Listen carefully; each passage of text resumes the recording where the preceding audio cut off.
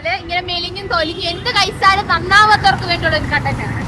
ഇവളാണ് എക്സാമ്പിൾ. ഇവളെ പോലെ തൊലിഞ്ഞിരിക്കുന്നവർക്ക് നിങ്ങൾ ഇങ്ങനെ വരല്ലേ, ഞാൻ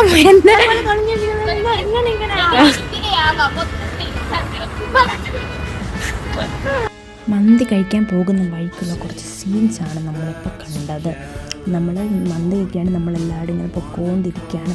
എത്തിക്കഴിഞ്ഞു മല്ലു സ്റ്റോറീസ്. പൂനെയിലുള്ള എല്ലാ മലയാളീസിൻ്റെ വികാരമായിട്ടുള്ളൊരു സ്ഥലമാണ് മല്ലു സ്റ്റോറീസ്.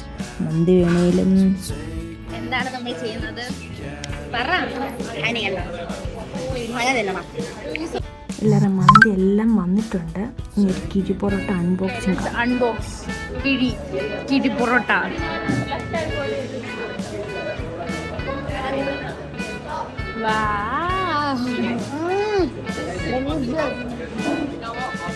ഇതാണ് ഞാൻ ഓർഡർ ചെയ്ത പുട്ട് ബിരിയാണി.